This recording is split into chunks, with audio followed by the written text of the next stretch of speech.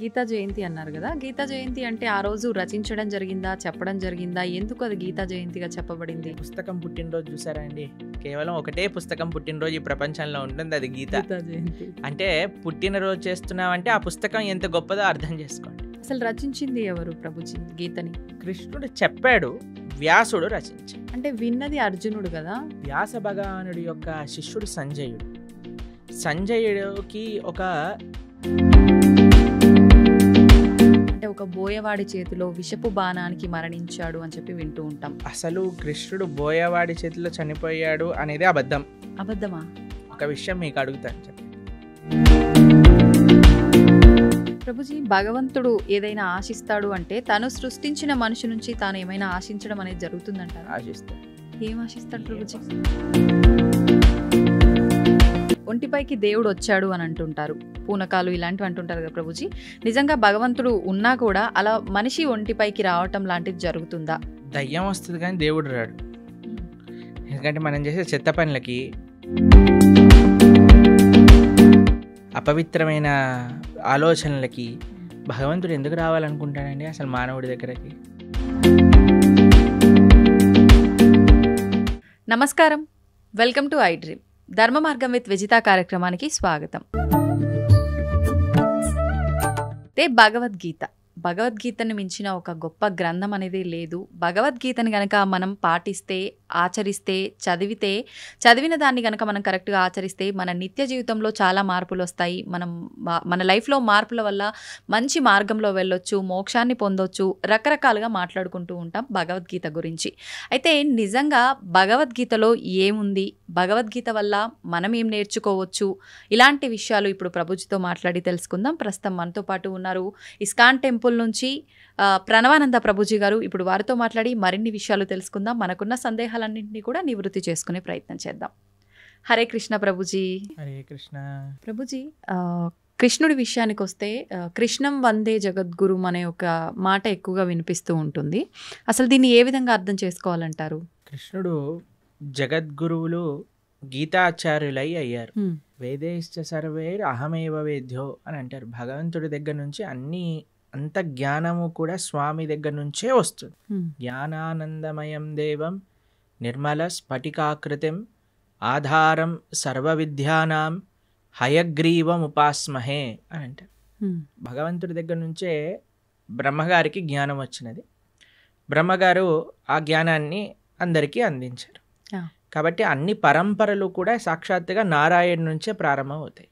నారాయణ సమారంభం అని అంటామన్నమాట. కాబట్టి మనకి 5000 సంవత్సరాల క్రితం ఎప్పుడైతే కురుక్షేత్ర యుద్ధం జరిగింది, ధర్మక్షేత్రే కురుక్షేత్రే సమవేతాయుత్సవ మామక పాండవాశ్చైవ కిమకర్వత సంజయ. అయితే కృష్ణుడు ఒక యుద్ధ భూమిని ఎందుకు చూస్ చేసుకున్నారు అని కానీ మనం ప్రశ్నిస్తే చూడండి, ఎప్పుడైనా India Pakistan world cup final last ball 2 runs to win ఉన్నప్పుడు ఎవరు ఏ పని చేస్తున్న వాళ్ళైనా సరే, క్రికెట్ ఇష్టం ఉన్న వాళ్ళైనా సరే, లేని వాళ్ళైనా సరే అందరు వచ్చి చూస్తారు ఏమవుతుంది ఇప్పుడు. అవునా కాదా చెప్పండి? అవును ప్రభుజీ, కరెక్ట్. అప్పట్లో ఇండియా పాకిస్తాన్ ఎలా ఉండేదో అప్పుడు కౌరవులు పాండవులు అనమాట. మొత్తం ప్రపంచం అంతా వాళ్ళు ఎంత శక్తివంతం అంటే ఏదో ఒక సైడ్ తీసుకోవాల్సి వచ్చింది అందరికి. ఐదర్ కౌరవుల సైడ్ కానీ పాండవుల సైడ్. మొత్తం అన్ని కెమెరాలు, ఫోకస్ లైట్లు అన్ని కురుక్షేత్రం పైనే ఉందన్నమాట. కృష్ణుడు అనుకున్నాడు ఇది కరెక్ట్ టైం చెప్పడానికి, గీత ఉపదేశం చేయడానికి, ఎందుకంటే ఫోకస్ అంతా ఒక దగ్గరకు వచ్చింది కాబట్టి. అప్పుడు గీతాచార్యుడై శ్రీకృష్ణుడు అర్జునుడి యొక్క మాధ్యమంగా ప్రపంచానికి మొత్తం గీతను ఉపదేశం చేశారు. అంటే అక్కడ అర్జునుడితో పాటు అందరూ కూడా విన్నారా? అందరూ వినలేదు, కానీ అర్జునుడి యొక్క మాధ్యమంగా, అంటే అర్జునుడికి చెప్తూ ఇప్పుడు ప్రపంచం అంతా తెలిసిపోయింది కదా. అవును ప్రభుజీ. కాబట్టి అర్జునుడిని మైక్ లాగా మాధ్యమం చేసుకున్నాడు. ప్రపంచం మొత్తం కూడా గీతను ఉపదేశం చేశారు పరమాత్మ. అయితే ఎందుకు జగద్గురువు అంటారంటే, భగవద్గీత సనాతన ధర్మానికి ఒక ఫౌండేషన్ బుక్ అన్నమాట.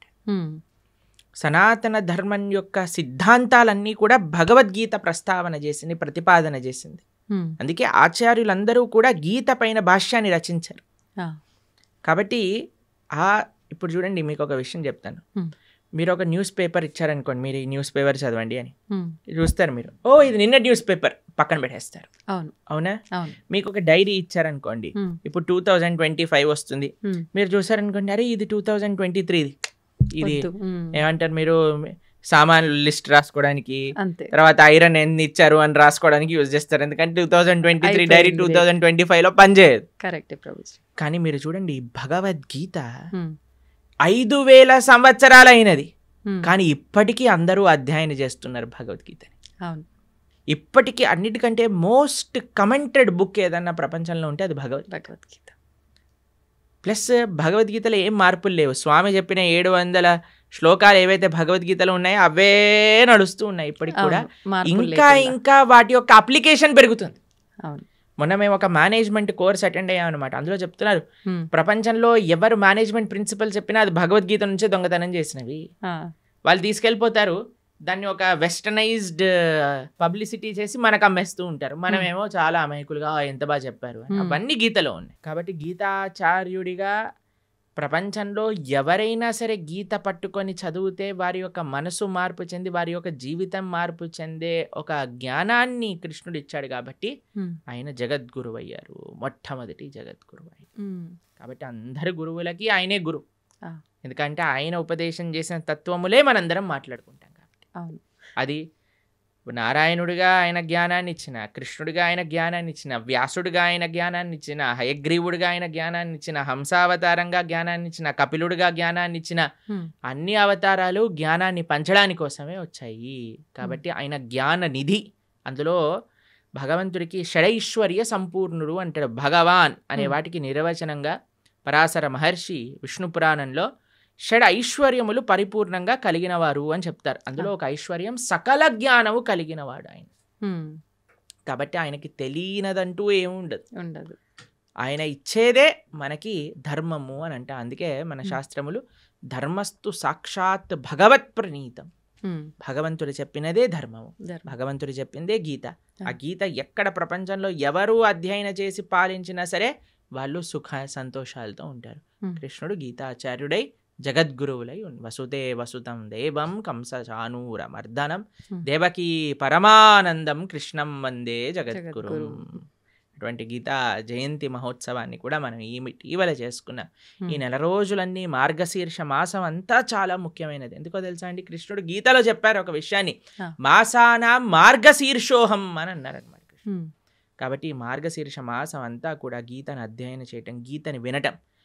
మన ప్రణవానంద దాస్ అనే ఛానల్ ఉంటుంది యూట్యూబ్లో, అందులో మనకి ప్లేలిస్ట్లో ఒకసారి మనం 18 అధ్యాయాలకి 18 గంటలు మనం ప్రవచనం అని చెప్పామన్నమాట. అది వినడానికి ప్రయత్నం చేస్తే మనకి గీత ఏం చెప్పాలనుకుంటుంది అనే విషయాలు మొత్తం కూడా మనకు అర్థమవుతాయి. అలా గీతని వినటం, గీతని చదవటం, గీతని 10 మందికి ఇవ్వటం ఈ మార్గశీర్ష మాసంలో చాలా ముఖ్యమైన విధానం అన్నమాట. ప్రభుజీ, గీతా జయంతి అన్నారు కదా, గీతా జయంతి అంటే ఆ రోజు రచించడం జరిగిందా, చెప్పడం జరిగిందా, ఎందుకు అది గీతా జయంతిగా చెప్పబడింది? మీరు ఎప్పుడైనా పుట్టినరోజు, ఒక పుస్తకం పుట్టినరోజు చూసారా అండి? కేవలం ఒకటే పుస్తకం పుట్టినరోజు ఈ ప్రపంచంలో ఉంటుంది, అది గీతా జయంతి. అంటే పుట్టినరోజు చేస్తున్నామంటే ఆ పుస్తకం ఎంత గొప్పదో అర్థం చేసుకోండి. అయితే గీతా జయంతి యొక్క విశేషత ఏంటి అని అంటే, గీత ఆ రోజు శ్రీకృష్ణుడు ఉపదేశం చేశారు అని ఒక విషయం చెప్తారు. లేదు, అమావాస్య రోజు ఉపదేశం చేశారు, సంజయుడు దాన్ని ప్రతిపాదన చేశారు ధృతరాష్ట్రుడికి, అది ఏకాదశి రోజు అని కూడా విషయం చెప్తారు. కానీ గీత ప్రకాశితమైన రోజు ఇది మనం తెలుసుకోవాలి. అర్జునుడికి కృష్ణుడు ఉపదేశం చేసిన రోజు గీతా జయంతి. అసలు రచించింది ఎవరు ప్రభుజీ గీతని? కృష్ణుడు చెప్పాడు, వ్యాసుడు రచించాడు. అంటే విన్నది అర్జునుడు కదా, మళ్ళీ అంటే వ్యాస భగవానుడికి ఇప్పుడు వ్యాస భగవానుడి యొక్క శిష్యుడు సంజయుడు. సంజయుడికి ఒక వరం ఇస్తాడనమాట వేదవ్యాసుడు. నువ్వు ఎక్కడున్న విషయమైనా సరే నీకు కనిపిస్తుంది, నీకు అది అర్థమవుతుంది అని. ఎందుకంటే ధృతరాష్ట్రుడికి చెప్పాలి, మామక పాండవైశ్చైవ కిమ కుర్వత సంజయ్, ఏం చేస్తున్నారు వాళ్ళు అని సంజయుడిని అడిగాడు. సంజయుడు ఆ దివ్య దృష్టితో చూశాడు. కృష్ణుడు అర్జునుడికి చెప్పిన విషయాలన్నీ కూడా సంజయుడు ధారణ చేసి ధృతరాష్ట్రుడికి చెప్పాడు. సంజయుడు మాధ్యమంగా వేదవ్యాసుడికి తెలిసి వేదవ్యాసుడు కూడా రచించాడు. కాబట్టి మహాభారతము వేదవ్యాస లిఖితం. అందులో కృష్ణుడు ఉపదేశం చేసిన భగవద్గీత మధ్యలో పొందపరుచుంది అనమాట. కాబట్టి భగవద్గీత అటు శృతి, ఇటు స్మృతి. అపౌరుషేయము లిఖించబడినది, రెండు కూడా విశేషమైన లక్షణం భగవద్గీతకి. అయితే ఇప్పుడు మనందరం చూస్తున్నది తెలుగులో మనకు కనిపిస్తుంది గీత అని అంటే, ముందుగా రచించింది సంస్కృతంలోనేనా ప్రభుజీ? సంస్కృతంలో ఉన్నప్పుడు అంటే ఎవరంటే వాళ్ళు చదవడానికి అంటే బ్రహ్మాండంగా గీతని ఎవరైనా చదువుకోవచ్చు. చిన్నపిల్లలు, స్త్రీలు, వృద్ధులు, పురుషులు ఎవరైనా సరే గీత అధ్యయనం చేసుకోవచ్చు, బ్రహ్మాండంగా చదువుకోవచ్చు. ఇలా ప్రభుపాదుల వారి దయ వల్ల ఆయన ఏం చేశారంటే గీత యొక్క యాక్సెసిబిలిటీ ఎలా పెంచారు అని అంటే, ఏ లాంగ్వేజ్ సుమారుగా 70 కంటే ఎక్కువ లాంగ్వేజెస్లో శ్రీల ప్రభుపాదుల వారి యొక్క భగవద్గీత ట్రాన్స్లేట్ చేయబడింది. మీకు విషయం చెప్తాను, లాస్ట్ 50 yearsలో 55 కోట్ల గీత పుస్తకాలు వితరణ చేసింది ఇస్కాన్. 55 కోట్ల పుస్తకములు వితరణ చేశారు ప్రపంచవ్యాప్తంగా. అది గొప్ప విషయం అన్నమాట. కాబట్టి అలా మనం ఈ గీతా వితర అనేది చాలా ముఖ్యమైన సేవ. కాబట్టి మీరు ఏ లాంగ్వేజ్లో శ్రీల ప్రభుపాదుల భగవద్గీత యథాతథం అని మీరు టైప్ చేశారనుకోండి, మీకు ఈజీగా లభించేస్తుంది. దాన్ని చక్కగా మనం చదువుకోవటమే. అది తెలుగులో అంటే తెలుగులో, ఇంగ్లీష్లో అంటే ఇంగ్లీష్లో, హిందీలో అంటే హిందీలో, అన్నిట్లో ఉంది. ఇప్పుడు గీతని అంటే దానం చేయొచ్చా ప్రభుజీ? ఎవరికి దానం చేయొచ్చు అంటారు? ఒకవేళ దానం మన ఇంట్లో ఉండే పుస్తకాన్ని దానం చేసేయకూడదు. మన ఇంట్లో ఉండే పుస్తకాన్ని మనం చదువుకుంటూ ఇంకో పుస్తకాన్ని తీసి దానం చేయొచ్చు. ఇప్పుడు చూడండి, అందరికి ఒక క్రేజ్ పెరిగిపోయింది ఈ మధ్యలో రిటర్న్ గిఫ్ట్స్ అని. సరే, మీరు ఏ చిన్న ఫంక్షన్ చేసినా సరే రిటర్న్ గిఫ్ట్ ఇవ్వాలి. ఇప్పుడు వచ్చే గిఫ్ట్ కంటే వెళ్ళే గిఫ్ట్ ఇంకా ఈ ప్రెస్టీజియస్ గా ఉండాలి అని ఆలోచిస్తూ ఉంటారు. పెళ్లిల్లో ఉండే వాళ్ళందరూ ఆలోచిస్తుంటారు ఏమి ఇవ్వాలి, ఏం చేయాలని. మీరు ఏ వస్తువు ఇచ్చినా సరే ఇదేంటి, ఇది అందరు ఇస్తున్నారు, ఇదెందుకు, దీనికంటే ఎక్కువ తీయచ్చు కదా, అన్ని కంప్లైంట్స్ వస్తూ ఉంటాయి. ఎవరు సాటిస్ఫై చేయలేం.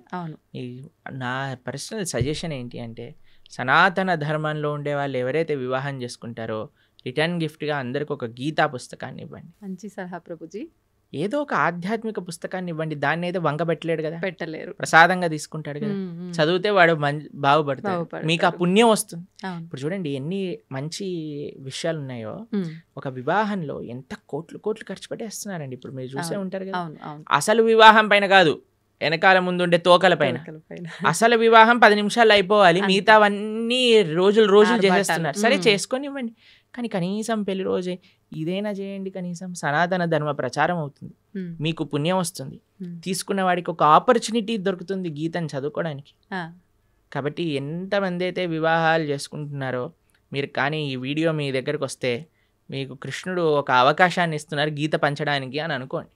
మాకు ఎంతో మంది తెలుసండి, చాలా మంది పెద్ద పెద్ద ఆఫీస్ ఫంక్షన్స్ జరిగినప్పుడు, ఏదైనా జరిగినప్పుడు, మొన్నే మేము ఆదిలాబాద్లో ఉన్నప్పుడు ఒక ఆయన 108 భగవద్గీత పుస్తకాలు తీసుకెళ్ళి వాళ్ళ ఇంట్లో జరిగే ఉత్సవంలో అందరికి ఇవ్వాలి అని తీసుకెళ్ళారనమాట. కాబట్టి తప్పకుండా మీకు కానీ గీత పుస్తకాలు కావాలి అని అంటే ఇస్కాన్ ఆదిలాబాద్కి మీరు కాంటాక్ట్ చేయండి. మీకు ఎన్ని వేలు కావాలంటే అన్ని 1000 పుస్తకాలు మేము పంపిస్తాం. చక్కగా మీరు రిటర్న్ గిఫ్ట్ రూపంలో గీత పుస్తకాన్ని ఇవ్వండి. అప్పుడు మీరు అడగచ్చు, వాళ్ళు చదవరండి, చాలా మంది ఇంట్లో ఉంటే చాలండి. మీకు స్టోరీ చెప్తాను. ఒకళ్ళకి మేము గీత ఇచ్చామన్నమాట. వాళ్ళు అన్నారు మా ఇంట్లో చదవరండి పుస్తకాలు అన్నారు. మీ పిల్లలైనా మీరు చదవకపోతే మీ పిల్లవాడు ఏం చదువుతాడండి, వాడికి అసలు ఇంట్రెస్ట్ లేదండి అని. సరే అయ్యా మీ ఇంట్లో పెట్టుకో, ఎవడైనా వచ్చినప్పుడు చదువుతాడు వాడు అని అన్నాను. సరే అని వాళ్ళ ఇంట్లో పెట్టుకున్నారనమాట. పెట్టుకుంటే వాళ్ళ ఇంట్లోకి హైదరాబాద్లో ఉంటారు వాళ్ళు. అయితే వాళ్ళ ఇంట్లో ట్రీట్మెంట్ కోసం అని వాళ్ళ చుట్టాలు ఎవరో 3 రోజుల కోసం వచ్చారట హైదరాబాద్లో ఉండడానికి. అయితే 3 రోజులకి పాటు ట్రీట్మెంట్, హాస్పిటల్కి వెళ్ళి ఇంటికి రావటం అలా జరుగుతుంది. వాళ్ళు అనుకున్నారట సాయంత్రం పూట ఏం చేయాలి అని. వాళ్ళకి పుస్తకం షెల్ఫ్లో గీత కనిపించింది. అయితే మేము చెప్పాము ఎవరో ఒకళ్ళు చదువుతారు, మీరు ఉంచుకోండి ఇంట్లో అని అన్నాను. అంతే. వాళ్ళు తీసుకున్నారు, వాళ్ళు చదివారు, వాళ్ళకి చాలా నచ్చింది ఆ పుస్తకం. వాళ్ళ ఇంటికి తీసుకెళ్ళిపోయారు. వాళ్ళు ఉండేది ఎక్కడో మహబూబ్ నగర్ ప్రాంతంలోనే ఎక్కడో. వాళ్ళు గీత చదివి వాళ్ళు భక్తులైపోయారు. మేము ఒక కార్యక్రమానికి వెళ్ళినప్పుడు వాళ్ళు మాకు ఈ విషయం చెప్పారు, ప్రభుజీ మీరు ఒకళ్ళ గీత ఇస్తే వాళ్ళ ఇంట్లో ఉన్న గీత మేం చదివితే మేము భక్తులం అయిపోయాం. ఎవరికొకరికి ఉపయోగపడింది. ఎవరికొకరికి ఇప్పుడు బాంబు పెట్టారనుకోండి ఎక్కడో ఒక చోట పేలుతుంది కదండి. అలానే గీత కూడా అంతే, మన దగ్గర ఉండాలంతే. మీరు చదవకపోతే మీ పిల్లలు చదవకపోతే మనవరాళ్ళు ఎవరో ఒకరు చదువుతారు. గీత ఉన్న దగ్గర తరించకపోవటము అంటూ ప్రశ్నే లేదు. గీత ముట్టుకున్నవాడు, చూసినవాడు, దర్శించుకున్నవాడు, ఒక పేజ్ చదివినవాడు, ఒక అక్షరం చదివినవాడు అందరూ తరిస్తారు, దాంట్లో ఎటువంటి డౌటే లేదు. ఏ లాంగ్వేజ్ లో ఉన్నది చదివినా కూడా మనకు ఏ కరెక్ట్ లాంగ్వేజ్ గా లో ఉన్న గీతా మహాత్యం చెప్తుంది, గీత ఎక్కడైతే ఉంటే అది సాక్షాత్తుగా ప్రయాగ క్షేత్రంతో సమానము. కాబట్టి మన ఇంట్లో మనకి చాలా ముఖ్యం అండి. మనకి మీకు సాంప్రదాయంలో చూస్తే మనం మంగళం అని మంగళహారతి భగవంతుడికి సమర్పణ చేస్తాం. అందులో శాస్త్రాలకు కూడా మనం మంగళహారతి సమర్పణ చేస్తాం అన్నమాట. ఏవైతే వైదికమైన గంధములు మన ఇంట్లో ఉంటాయి. కాబట్టి ప్రతి ఒక్కళ్ళింట్లో గీత, భాగవత, రామాయణాదులు ఉండవలసినదే. మీరు అనుకోకండి మా ఇంట్లో ఎవరు చదవరు, తెచ్చి పెట్టండి, ఎవరో ఒకరు చదువుతారు. పూజ రూమ్ లో పెట్టి ఉంచొచ్చా ప్రభుజీ? పూజ రూమ్ లో పెట్టేసి మంచిగా వాటికి అన్ని క్లాత్ కట్టేసేసి లోపల పెట్టేసి దండలేసేసి పుష్పాలు, పూలు, పసుపు చదవాలన్నా సరే ఆ మూట తీయటం కూడా పలకన్నా సరే వద్దులే బాబు అన్నట్టుగా ఉండకూడదు. యాక్సెసిబుల్ గా ఉండాలి ఎవడైనా చదువుకోవాలన్నప్పుడు. అవును. కాబట్టి పూజ చేసేయమనండి. అంటే ఇప్పుడు అందరూ మొన్న గీతా జయంతి రోజు ప్రవచనం చెప్తున్నాం అనమాట. ఏమన్నా మీ అందరికీ ఇప్పుడు భగవద్గీత ఆరాధన ఎలా చేయాలో చెప్తాను, అందరు ఫస్ట్ ఆచమనం చేయండి అనగానే అందరు పుస్తకాలు తీసుకొని రాసుకుంటున్నారనమాట. ఫస్ట్ ఆచమనం చేయాలి, దాని తర్వాత మీ కుడి చేత్తో గీత తీసుకోండి, కుడి చేత్తో గీత తీసుకోండి, ఎడం చేత్తో పట్టుకోండి, దాన్ని ఓపెన్ చేయండి, చదవటం ప్రారంభించండి, ఇదే ఆరాధన అంటే ఇదేనా ఆరాధన, మేము ఇంకేదైనా చెప్తారే అనుకున్నాం ప్రభుజీ గారు, ఏం పుష్పాలు తేవాలి, ఏం అభిషేకాలు చేయాలి అని. కాబట్టి అంటే భగవంతుడి ఫోటోకు ఆరాధన చేసినట్టు చేయాలనుకున్నారు. ఒక్కొక్క విధానం ఒక్కొక్క వస్తువుకి ఒక్కొక్క రకంగా ఆరాధన చేస్తాం. గ్రంథాలకి ఆరాధన ఎలా చేస్తాము అని అంటే అధ్యయనం చేయటమే ఆరాధన, అది చదవటమే ఆరాధన. ఓకే. కాబట్టి ఏదో మనం ఆరతులు తిప్పేసామా అది ఇది కాదండి. మెయిన్ మనం చదవాలి పుస్తకాన్ని, గీతను, భాగవతాన్ని, వీటన్నిటిని అధ్యయనం చేయటమే ముఖ్యం. ఇప్పుడు చదవాలన్నప్పుడు చాలా మందికి మాంసాహారం తినే అలవాటు ఉంటుంది కదా ప్రభుజీ, మాంసాహారం తిన్న తర్వాత చదవాలనుకుంటే చదవచ్చా? ఫస్ట్ మాంసాహారం మానేయండి అందరూ. మానలేము అనుకుంటే తప్పదు. అలా ఎందుకు అనుకుంటారు మానలేము అని? మనం జీవహింస చేయటం మానలేము అని అంటే ఎలా అంటే చెప్పండి. ఇప్పుడు టెర్రరిస్ట్ అన్నారు అనుకోండి, నేను జనాల్ని చంపటం మానలేను అని అంటారా? అప్పుడు మీరేమంటారా? పర్వాలేదు నాన్న, నువ్వు నీకు అనిపించట్లేదు కదా చంపేసే అని అంటామా మనం? అనలేము. చెప్పండి, అంటారా మీరు? అనలేము. లేదండి మాకు చంపాలనే ప్రాణం ఉంది అంటే కంటిన్యూ అంటామా? కాను కదా. కాబట్టి మనం ఫస్ట్ నాన్ వెజ్ ఆపేసేయండి, ధార్మికంగా ఉండండి. లేదండి మేము ఎంత చెప్పినా మేము మారము అన్న వాళ్ళు పర్వాలేదు, గీత చదవటం ప్రారంభం చేయండి, ఆ గీత యొక్క అనుగ్రహం చేత మానేస్తాం. ఓకే. కాబట్టి మీకు ఒక విషయం చెప్తాను, ఎందుకు మానేయమంటున్నాం అంటే ఇప్పుడు గీత చదివినప్పుడు అది వంటికి ఎక్కాలి కూడా కదండి. అవును. ఇప్పుడు డాక్టర్ గారి దగ్గరికి వెళ్తారు, డాక్టర్ గారి దగ్గరికి వెళ్ళినప్పుడు డాక్టర్ ఏం చేస్తారు, మీకు ఈ మెడిసిన్ వేసుకోండి అని ఇస్తారు. దాంతోపాటు ఇవి తినకూడదు అని ఒక లిస్ట్ ఇస్తారు మనకి. అవును ప్రభుజీ. డాక్టర్ ఏమంటాడంటే ఇవి తినటం ఆపేస్తేనే నీకు ఈ మెడిసిన్ పనిచేస్తుంది. అవునా కదా చెప్పండి. ఇప్పుడు మీరు నాకు అడిగారు అనుకోండి, ప్రభుజీ మెడిసిన్ మెయినా ఇవి ఆపేయటం మెయినా అని నేను మిమ్మల్ని అడిగాడు అనుకోండి, మీరు ఏం చెప్తారండి? మెడిసినే మెయిన్ అని చెప్తా నేను. మెడిసినే మెయినా, ఆపటం మెయిన్ కాదు కదా. కాదు, దాని బదులు ఇంకో ఫుడ్ తినొచ్చు, కానీ మెడిసిన్ ఆపితే అది తగ్గదు కదా ప్రభుజీ. నేను అడిగే ప్రశ్న ఏంటి అంటే, ఇప్పుడు ఈ మెడిసిన్ మెయిన్ అనుకున్నాం అనుకోండి, ఈ మెడిసిన్ వేసుకుంటూ డాక్టర్ తినద్దు అన్న విషయాలు కూడా తింటూ ఉన్నాం అనుకోండి, మనకి మెడిసిన్ శరీరం పైన పనిచేస్తుందా? పనిచేయదు. రెండు మెయినే కదా. ఎంత మెడిసిన్ మెయినో అంతే పథ్యం కూడా మెయిన్. అవునా కదా. అలానే ఎంత మనం గీత చదవటం ముఖ్యమో అంతగా ఏవైతే గీత వద్దు అని అంటుందో వాటిని దూరంగా పెట్టడం కూడా ముఖ్యమే. మనం ఎప్పుడైతే మాంసాహారం, మద్యం, మాదక ద్రవ్యాలు, జూదం ఆపటం వల్ల ఏమవుతుంది అంటే, మెడిసిన్ ఏదైతే మనం తీసుకుంటున్నా, గీత అధ్యయనం చేస్తున్నామో, జపం చేస్తున్నామో, పూజ చేస్తున్నామో, ఆరాధన చేస్తున్నామో అది మనకి వంటికి ఎక్కుతుంది. మనకి ఏంటి తత్వము అని అర్థం అవుతుంది, లేకపోతే అర్థం కాదు. ఎందుకంటే ఈ డీపర్ స్పిరిచువల్ సైన్సెస్ అర్థం చేసుకోవాలంటే మనం సత్వగుణంలోకి రావాలి. సత్వగుణం అంటే ఎటువంటి జీవహింస, ప్రాణిహింస, స్వయం హింస. ఇప్పుడు చూడండి, మాంసాహారం తినడం అంటే వేరే వాడిని హింసించటం. మాదక ద్రవ్యాలు, సిగరెట్, మందు, ఇప్పుడు చూడండి ఈ శాస్త్రం వరకు చెప్పాల్సిన అవసరం లేదండి, సిగరెట్ డబ్బా పైనే చూపిస్తుంది స్మోకింగ్ కాజెస్ క్యాన్సర్. మీరు సినిమాలలో ఒక చిన్న వాడు మందు బాటిల్ చూపించాడంటే పక్కన smoking and drinking is dangerous to health అని అంటారు. అవును ప్రభుజీ. ఒకటి, మీరు వేరే వాళ్ళనైనా హింసిస్తున్నారు, మీ శరీరాన్ని మీరు స్వయంగానే హింస పెట్టుకుంటున్నారు. ఎక్కడైతే హింస ఉన్నదో అక్కడ ధర్మం ఉండలేదు.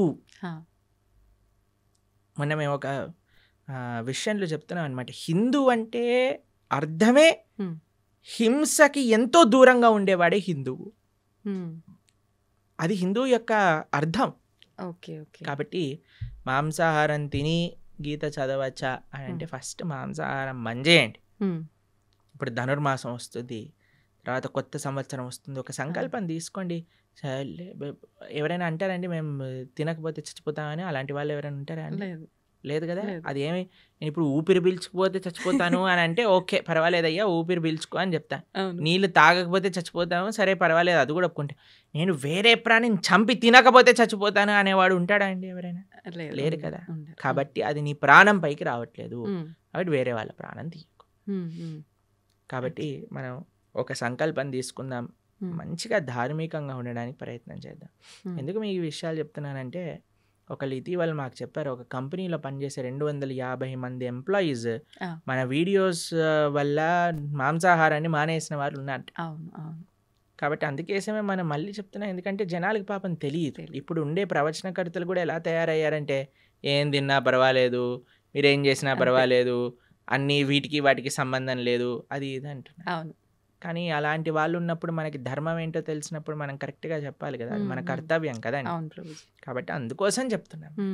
కాబట్టి మంచిగా ధార్మికంగా ఉండండి, మంచి భగవంతుడి యొక్క కృప పొందే విధంగా ఉండాలి.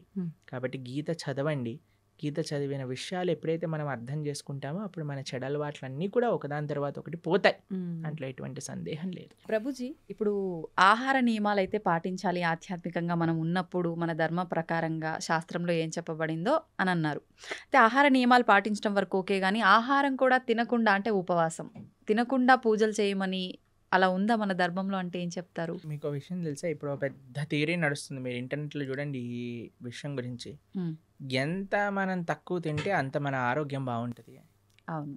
మీకు ఒక సైంటిస్ట్, అవార్డ్ విన్నింగ్ సైంటిస్ట్ ప్రతిపాదన చేసింది, 15 రోజులకు ఒకసారి కానీ ఉపవాసం ఉంటే క్యాన్సర్ని మొత్తం క్యాన్సర్ సెల్స్ని తినేస్తుంది బాడీ అని, ఫుల్ బాడీ డీటాక్స్ అయిపోతుంది అని.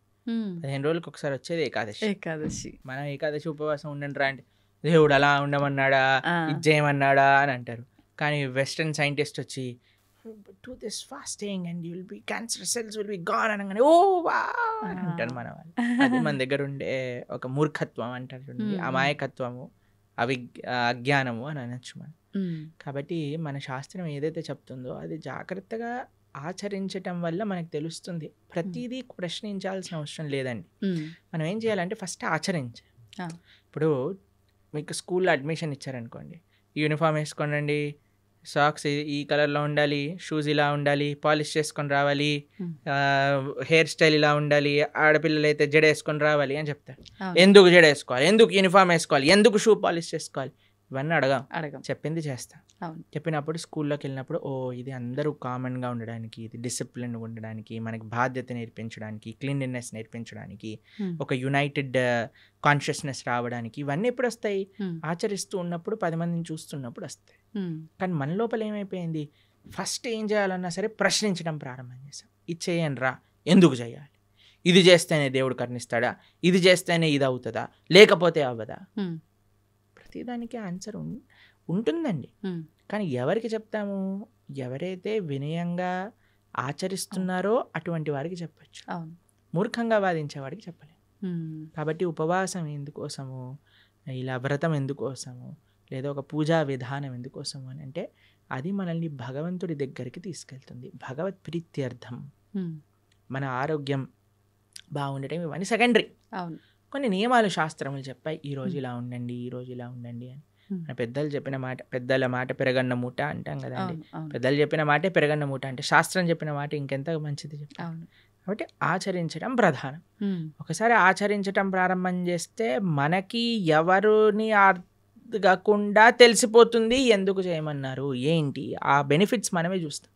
ఇప్పుడు ఒక ఆహార నియమాన్ని చెప్పామనుకోండి, దాన్ని ఆచరిస్తూ ఉన్నప్పుడు కన్సిస్టెంట్గా మనకు తెలుస్తుంది, అరే మన జీవితం ఎలా మారింది, మన క్లారిటీ ఆఫ్ మైండ్, థాట్, మన జీవన శైలి, మనం మాట్లాడే విధానం, మన ఆలోచనలు, మన స్ట్రెస్, మన డిప్రెషన్, మన యాంగర్, అవన్నీ ఎట్లా తగ్గుతుంది. లేదు నాకు ప్రూవ్ చేయి తర్వాత మానేస్తానంటే ఎలా చెప్పండి.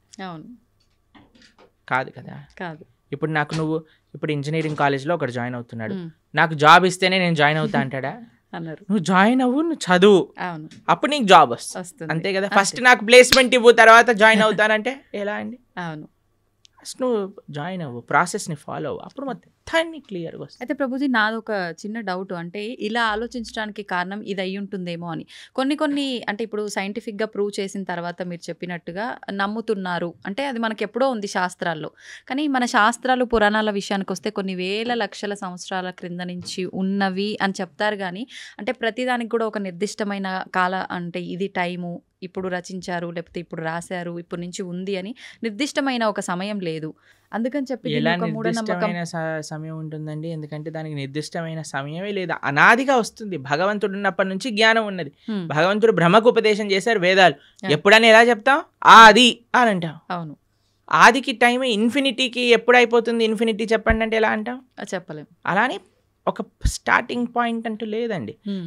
కొన్ని విషయాలకు చెప్పొచ్చు. భగవద్గీత 5,000 సంవత్సరాలు అయింది. అవును. ఎందుకంటే కృష్ణుడు ఆవిర్భావం అప్పుడైంది. ఆ. కృష్ణుడు 125 సంవత్సరాలు ఉన్నప్పుడు అర్జునుడికి భగవద్గీత ఉపదేశం చేశారు. ద్వాపర యుగం అయిపోయింది, కలియుగం స్టార్ట్ అయిపోయింది. కాబట్టి సుమారుగా ఇన్ని సంవత్సరాలు. ఇప్పుడు కృష్ణుడు పుట్టినరోజు ఏదైతే కృష్ణాష్టమి చేసుకుంటారో అప్పుడు రాస్తారు 5,000 ఇన్నో సంవత్సర జన్మాష్టమి అని. కొన్ని మనకి నిర్దేశం ఉంది. కానీ అపౌరుషేయమైన వేదములకు ఎలా చెప్తాను చెప్పండి మనం? వ్యాసుల వారు 5,000 సంవత్సరాల క్రితం వేద విభజనను చేశారు. అన్ని ఎంతో పైలప్గా ఉన్న వేదాలన్నింటినీ 4 కేటగిరీస్గా చేసి చక్కగా ఈజీగా అండర్స్టాండ్ అయ్యే విధంగా మనకు అందించారు. కాబట్టి దానికి ఒక లెక్క ఉంది. ఓకే. కాబట్టి అన్నిటినీ అందుకే ఇందాక అన్నట్టుగా మనము ఇప్పుడు టీచర్ ఇక్కడ అమెరికా ఉంది అని మనం మ్యాప్లో చూపించేసింది అనుకోండి, వెళ్ళొచ్చాక నమ్మం కదండి. అమెరికా ఉంది అంటే అమెరికా ఉంది. ఇప్పుడు ఎగ్జామ్ పేపర్లో ఈ కాంటినెంట్ ఏంటి, అమెరికా రాసిస్తాం. కానీ టీచర్ని అడగమను ఏంటి ప్రూఫ్ చూపించమని. కాబట్టి శాస్త్రాన్ని మనం యథాతథంగా ఫస్ట్ మనం కొద్దిగా నమ్మకాన్ని ఇన్వెస్ట్ చేసినప్పుడు ఆ నమ్మకం బట్టి మనకి ఆ శాస్త్రం అనేది ప్రస్ఫుటితం అవుతుంది, మన మనసులో గోచరం అవుతుంది, మనకి విషయాలు తెలుస్తూ ఉంటాయి. దానికి భాగవతోత్తముల యొక్క సాంగత్యం, సద్వైష్ణవ ఆచార్యుల యొక్క సాంగత్యం, గురువుల యొక్క సాంగత్యం, పరంపరాగతమైన గురు పరంపర యొక్క సాంగత్యం ఎప్పుడైతే దొరుకుతుందో అప్పుడు మన మిగతా విషయాలన్నీ కూడా మనకు తెలుస్తాయి. ప్రభుజీ, గీతని ఉపనిషత్తు అని అంటుంటారు. ఎందుకని ఉపనిషత్తు అంటారు? ఉపనిషత్తులో ఉండే జ్ఞానం అంతా కూడా గీతలో ఉన్నది. ఇప్పుడు చూడండి, మీరు పాలు తీసుకున్నారనుకోండి, ఓ 10 లీటర్ల పాలు తీసుకున్నారు, దాన్ని బాగా మీరు వేడి చేస్తూ ఉన్నారనుకోండి, కొద్దిసేపు అయ్యాక ఎర్రగా మారుతాయి. దాని తర్వాత ఇంకా చాలా కండెన్స్ అయిపోతుంది, దాన్ని రబడీ అంటారు. తెలుసా? మీరు రబడీ తిన్నారా ఎప్పుడైనా? రబడీ చాలా కండెన్స్ అయిపోయింది అనుకోండి, ఖోవా అయిపోతుంది. ఖోవాతో బిల్లలు చేశారనుకోండి, చాలా అద్భుతంగా ఉంటుంది. ఖోవా బిల్లలు తిన్నారా? తిన్నాను. చూడండి, ఇంత పాలు కండెన్స్ అయ్యి రబడీ అయ్యి, రబడీ కండెన్స్ అయితే కోవా బిల్లలు అయ్యాను అనుకోండి, ఎంత స్వీట్గా ఉంటుంది. అలా శాస్త్రములు ఎన్నో ఉన్నాయి, వాటి యొక్క సారాంశం ఉపనిషత్తులు. ఉపనిషత్తుల యొక్క సారాంశం గీత. సర్వోపనిషదో గావో దోగ్ధా గోపాలనందన. అన్ని ఉపనిషత్తులు కూడా సర్వోపనిషదో గావు, అన్ని ఉపనిషత్తులు కలిపి ఒక ఆవు అనుకుంటే, దుగ్ధా గోపాలనందన, ఆ ఆవు యొక్క పాలు ప్రీతికి పార్థో వత్సః అంటే అర్జునుడు ఒక దూడగా చేసుకొని మన కోసం అందించిన పాలే గీత. గీతామృతం మహత్ అని. అటువంటి గీతామృతం ఏదైతే భగవద్గీత ఉందో అది అన్ని ఉపనిషత్తుల యొక్క సారాంశమే, కాబట్టి అది ఉపనిషత్, గీతోపనిషత్ అని మనం అంటాం. ప్రభుజీ, ఇప్పుడు విష్ణువు అవతారాల్లోకెల్లా, అన్ని అవతారాల్లోకెల్లా కృష్ణుడి ఒక్క అవతారానికి మాత్రమే అంటే ఒక బోయవాడి చేతిలో విషపు బాణానికి మరణించాడు అని చెప్పి వింటూ ఉంటాం. ఎందుకని ఇలా డిసైడ్ చేయబడింది అంటారు? ఎలా సాధ్యపడింది అలా? అసలు కృష్ణుడు బోయవాడి చేతిలో చనిపోయాడు అనేది అబద్ధం. అబద్ధమా? మరి ఒక విషయం మీకు అడుగుతాను చెప్పి. చిన్నపిల్లవాడు 6 రోజులు 8 రోజులు అంత వయసున్న పిల్లవాడికి పూతన అని ఒక పెద్ద రాక్షసి వచ్చింది. ఒకసారి మీరు వినే ఉంటారు కృష్ణుడి యొక్క కథలో. విన్నారా పూతన రాక్షసి? 21 మైళ్ళు ఉండేది ఆ రాక్షసి. ఎంత పిల్లవాడు 6 రోజులు. అటువంటి పిల్లవాడిని పట్టుకొని అలాంటి పూతన సంహారం 6 రోజులకి చేసిన కృష్ణుడు 21 మైళ్ళు ఉండే రాక్షసి. తృణావర్త, శకటాసుర, కేశి, అరుష్టాసుర, ప్రలంబాసుర, వత్సాసుర, ధేనుకాసుర, ఇలాంటి అసురులందరినీ, అఘాసుర, వ్యోమాసుర, ఇటువంటి అసురులందరినీ చిన్న వయసులో చిన్న పిల్లవాడు ఇలా బొమ్మలతో ఆడినట్టుగా, చిన్నపిల్లలు యానిమల్ బొమ్మలను ఆడతారు చూడండి, అవి చిన్న పిల్లవాడు తీసుకొని ఇలా పడేశాడు అనుకోండి, ఆ డైనోసారస్ వెళ్ళి అలా గోడకి ఎత్తుక్కుంటుంది. అలా చిన్నపిల్లలు, ఇంత దేవతలందరూ, బ్రహ్మాది దేవతలందరూ వణికిపోయి అసురులందరూ చిన్నపిల్లవాడిగా కృష్ణుడు సంహరించేశాడు. కాళీయ అనే విషపూరితమైన సర్పం పైన నృత్యం చేసి కాళీయుడిని తరింపజేశాడు ఆయన. కస్యానుభావో నదేవ విద్మహే తవాంగ్రిరేణు స్పర్శాధికార. కాళీయుడిని అనుగ్రహించిన కృష్ణుడు ఒకసారి మొత్తం కారు చిచ్చు మొత్తం అరణ్యంలో అంతా మంట పెట్టుకుంటే అనేసరికి మొత్తం మంటంతా ఆయన లోపలికి వెళ్ళిపోయింది. గోవర్ధనగిరి 21 మైళ్ళు ఇప్పుడు మనం చూస్తున్నాం. బృందావనంలో ఆనాటికి ఎంతో ఉండేది. గోవర్ధనుడికి ఒక శాపం ఉంది, రోజు ఆవగిందంతా తక్కువ అయిపోతావు అని. అందుకోసం ఇప్పుడు చూస్తే కృషించిపోయింది. కానీ కృష్ణుడు ఉన్నప్పుడు ఇంకా మహిమాన్వితంగా ఉండేది. అటువంటి పర్వతాన్ని 7 రోజులు 7 రాత్రులు చిటికని వేలిపైన, ఎడమ చేతి చిటికని వేలిపైన పట్టుకున్న కృష్ణుడు ప్రవాసన అనే ఒక పర్వతం ఉండేదండి. ఒక పెద్ద మౌంటైన్ పై నుంచి లాంగ్ జంప్ చేస్తాడు ఆయన. లాంగ్ జంప్ చేసినప్పుడు సేఫ్ ల్యాండింగ్ అవుతుంది ఆయనకి. మీకు ఇంకో విషయం చెప్తాను. యమలోకానికి వెళ్ళి వాళ్ళ గురువు గారి యొక్క శిష్యుని పట్టుకొని వస్తాడు కృష్ణుడు. అటువంటి శిష్యుడికి ఎప్పుడైతే కృష్ణుడు వెళ్ళి యమలోకంలో శంఖం పూరించాడో, యమధర్మరాజు పరిగెత్తుకుంటూ వచ్చి, అయ్యా నీకేం కావాలో చెప్పు అనగానే, మా గురువుగారి శిష్యుని వదిలేసి అనగానే తీసుకొచ్చి, అయ్యా తీసుకోండి, నువ్వే ప్రపంచానికి సొత్తు, నువ్వేం కావాలన్నా ఇస్తాను అని యమధర్మరాజు ఇచ్చేసి. అటువంటి కృష్ణుడికి ఒక బోయవాడు బాణాన్ని పాదాలకు వదిలేస్తే, మీరు ఒకసారి ఆలోచన చేయండి. ఒక పాదానికి, ఒక ఫీట్కి ఎవరికైనా బుల్లెట్ తగిలింది అనుకోండి, చనిపోతాడా? చనిపోరు. కాకపోతే కాలు మన సీరియళ్లలో పాయింట్ బ్లాక్ లో బుల్లెట్ పోయినా సరే వాడు నెక్స్ట్ మినిట్ వాళ్ళ భార్య ప్రార్థన చేయగానే లేచి నించుంటాడు. అలాంటిది పరమాత్మ, భగవంతుడైన శ్రీకృష్ణ పరమాత్మ కాలికి ఒక బాణం తలిగితే చనిపోతారు అని అంటే ఎలా మనం నమ్మగలుగుతాం చెప్పండి? ఎటువంటి స్వామి.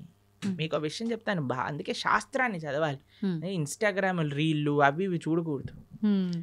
భాగవతం ఏం చెప్తుంది అంటే, కృష్ణుడు అలా ఒక పెద్ద చెట్టు కింద శంఖచక్ర గదా పద్మములతో ఇలా విశ్రమించి ఉన్నాడు. దూరం నుంచి ఒక బోయవాడు చూశాడు కృష్ణుడిని. కృష్ణుడి యొక్క పాదము ఆయనకి ఒక జింక చెవిలా కనిపించింది అన్నమాట. అయితే దూరం నుంచి ఆయన బాణం వేశాడు. ఆ బాణం వచ్చి కృష్ణుడికి తలిగింది. తర్వాత ఆ బోయవాడు వచ్చాడు. ఇప్పుడు బాణం వేసాక చూస్తాడు కదండి, గుడి తలిగిందా, ప్రాణం చూసుకోవచ్చు అని కృష్ణుడి దగ్గరికి వస్తాడు. ఓ కృష్ణ పరమాత్మ సాక్షాత్తుగా కృష్ణుడు అని దర్శిస్తాడు.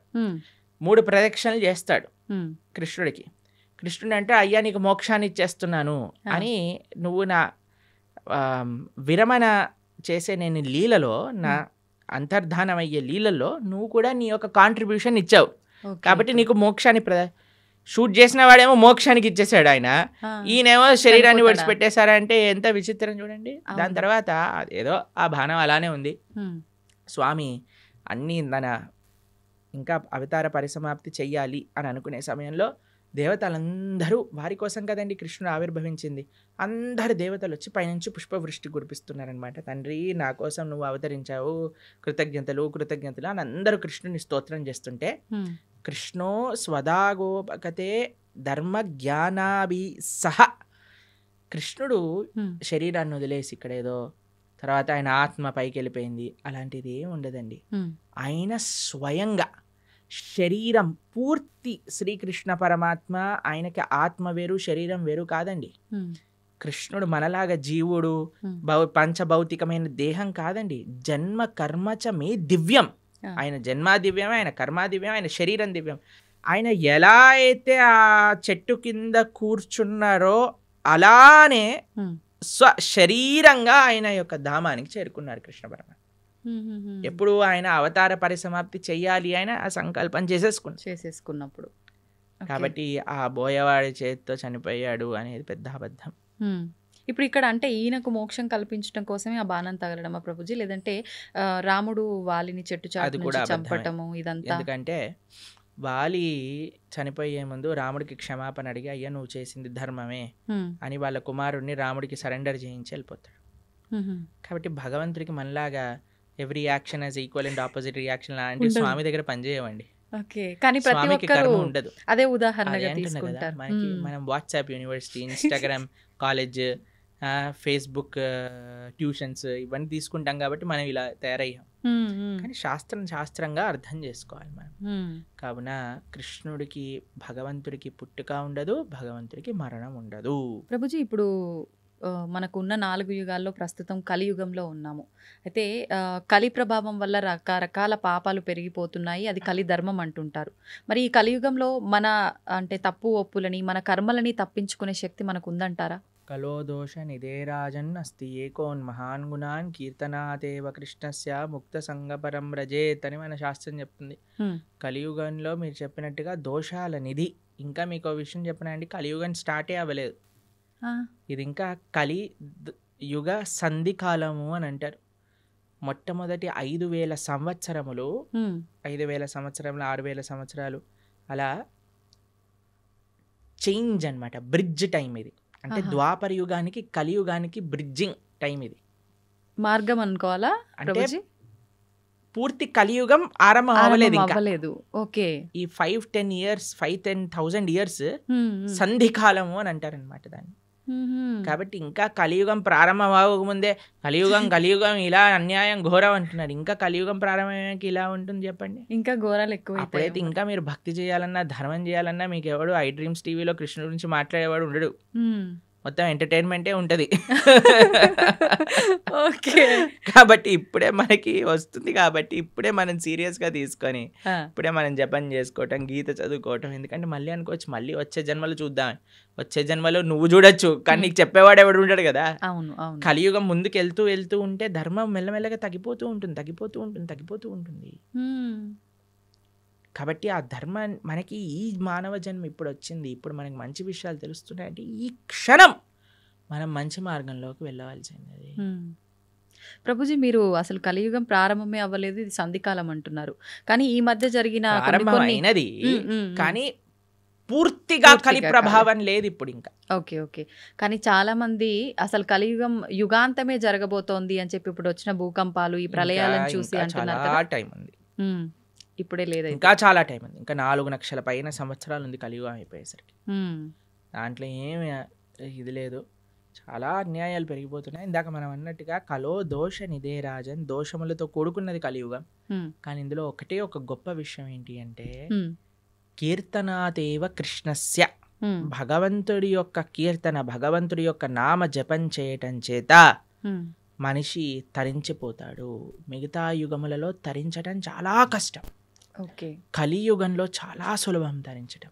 కేవలం భగవంతుడి యొక్క నామం హరే కృష్ణ కృష్ణ కృష్ణ హరే హరే, హరే రామ రామ రామ హరే హరే ఇది షోడశాక్షరనామ్నాం కలికల్మషనాశనం నాతరపరతరోపాయ సర్వవేదేషు దృశ్యతి. హరిర్నామ హరిర్నామేవ కేవలం నాస్తైవ గతిరన్యదా. ఇది శాస్త్రం చెప్పింది. ఈ కలియుగంలో తరించడానికి ఇంకొక మార్గం లేదు. హరినామమే మనకి శరణు. యదాప్నోతి తదాప్నోతి కలౌ సంకీర్త కేశవం అని అంటారు. మిగతా యుగములలో చేసే దాన తప కర్మ క్రియలు అన్నిటి యొక్క ఫలితము కూడా కలియుగంలో కేవలం భగవన్నామం జపం చేయటం చేత వచ్చేస్తాయి. యదాప్నోతి తదాప్నోతి కలో సంకీర్త కేశవం. ఆ కృష్ణుడి యొక్క నామస్మరణ అన్నిటికంటే గొప్పది.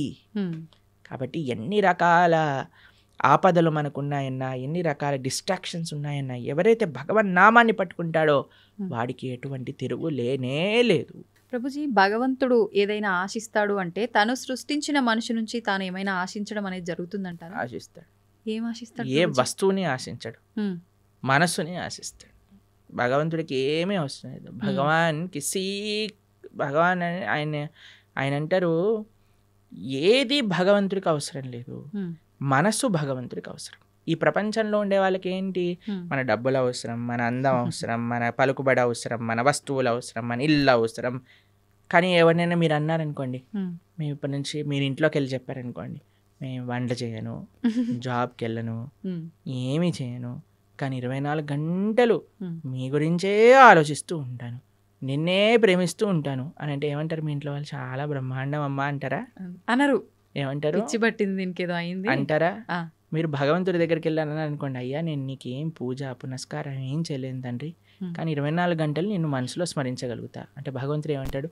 నువ్వే నాకు కావాలి అంటాడు. ఎందుకంటే ఈ ప్రపంచంలో ఉండే వాళ్ళందరికీ వస్తువులు అవసరం, అవును. భగవంతుడికి మనస్సు అవసరం. మనం ఏం చేస్తున్నా ఆ మనస్సు కూడా ఈ ప్రపంచంలో ఉండే వాళ్ళకి ఇస్తున్నాం.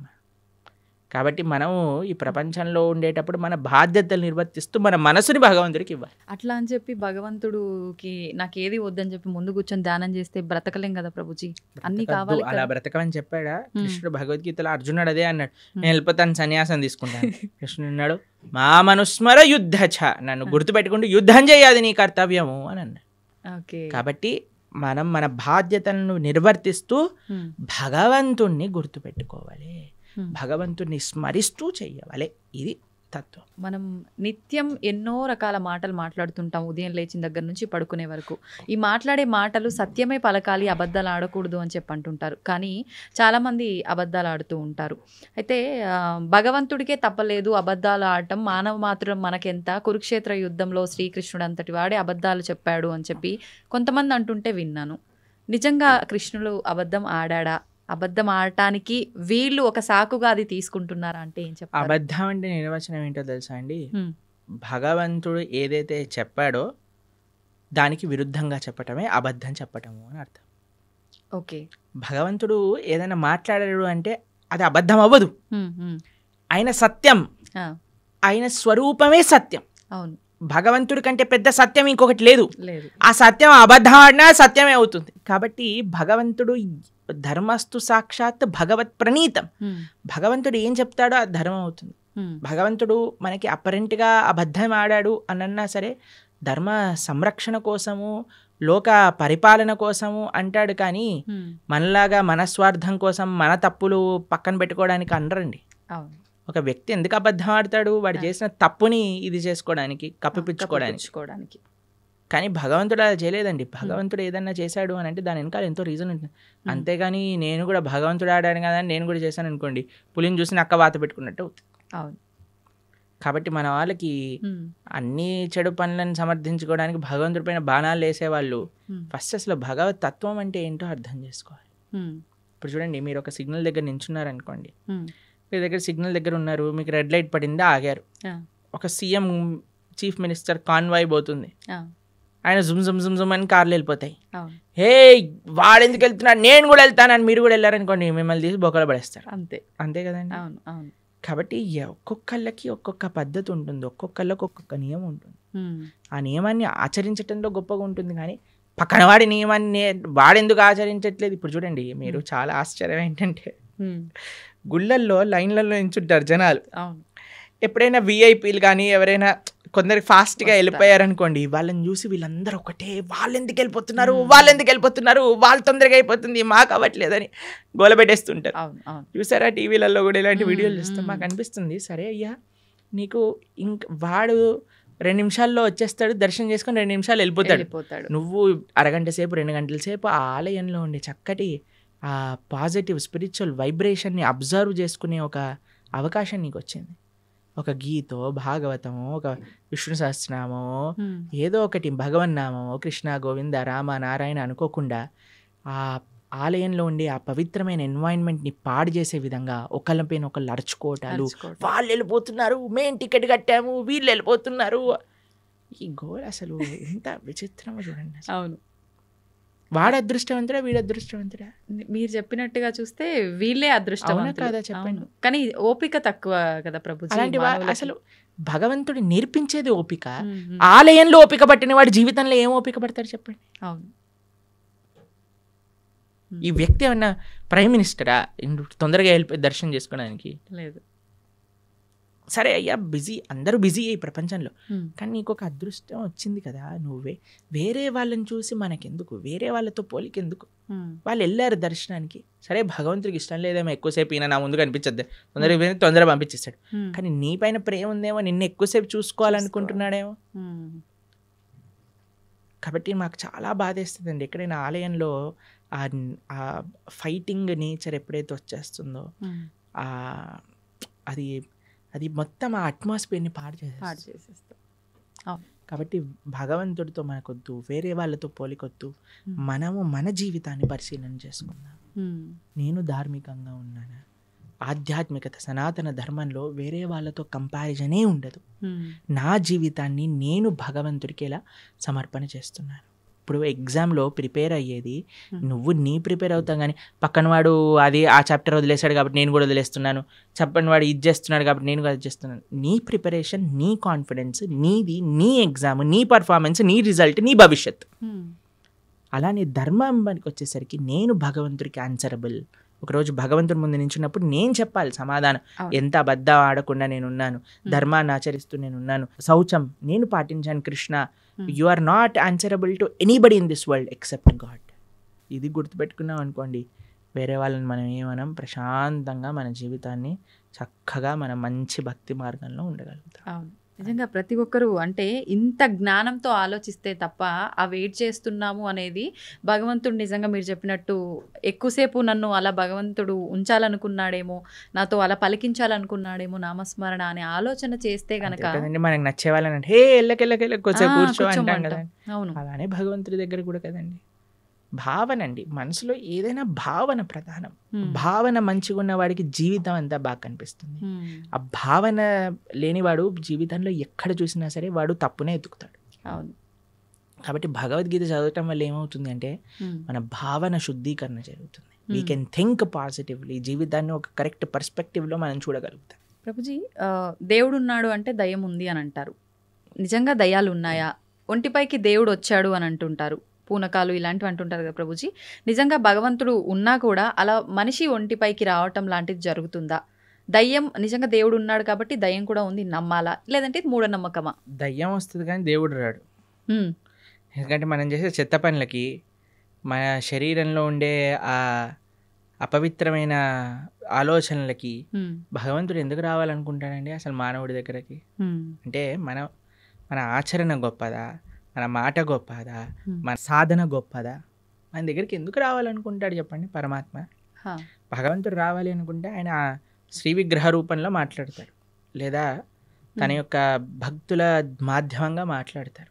అంతేకాని భగవంతుడు వచ్చేసి అని ఊగేసి ఏవేవో చేసేసి ఇవంతా ఏంటంటే ఒక భావన, ఒక ట్రాన్స్, నాకు ఇది వచ్చేసింది అని అనుకుంటున్నారు. కాబట్టి చాలా మంది అడుగుతారు, ప్రభుజీ అది నిజమా అబద్ధమా? వాళ్ళకి నిజం, నీకు అబద్ధం.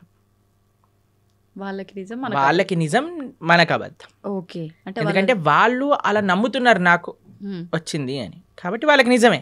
ఓకే, నీకు నిజమా? కాదు, మనకు అబద్ధం. ఎందుకంటే దేవుడు రాడు, దేవుడు మనిషి పైకి రానే రాడు. He has many other better positions to come. Okay, కాబట్టి ఎవరికైతే మాకు దేవుడు వచ్చేసాడు అని అంటారో జస్ట్ మీకు నిజం అండి, యూఆర్ నాట్ డినయింగ్ ఇట్. నీకు నిజం, ఎందుకంటే నీ మానసిక స్థితి అలా నీకు చెప్తుంది. కానీ వేరే వాళ్ళు నమ్మవలసిన అవసరం లేదు. మరి దయ్యం పరిస్థితి ప్రభుజీ? దయ్యం వస్తుంది ఎందుకంటే చేసేవన్నీ రాక్షస పనులు కదా. వేరే వాళ్ళని హింసించటం, వేరే వాళ్ళని మాట్లాడటం, అపవిత్రంగా జీవించటం. కాబట్టి దయ్యం రావడానికి చాలా అనుకూలమైన పనులు చేస్తున్నా, దైవం రావడానికి అనుకూలమైన పనులు చేస్తున్నావా అనేది ప్రశ్నార్థం. ఓకే, కాబట్టి దయ్యం ఎవరి దగ్గరకు వస్తుందండి? ఎవరైతే చాలా నెగిటివ్గా ఉంటారో, నెగిటివ్, డిప్రెస్డ్, కళ లేకుండా, ఎప్పుడైనా సరే అంటే ధార్మికంగా.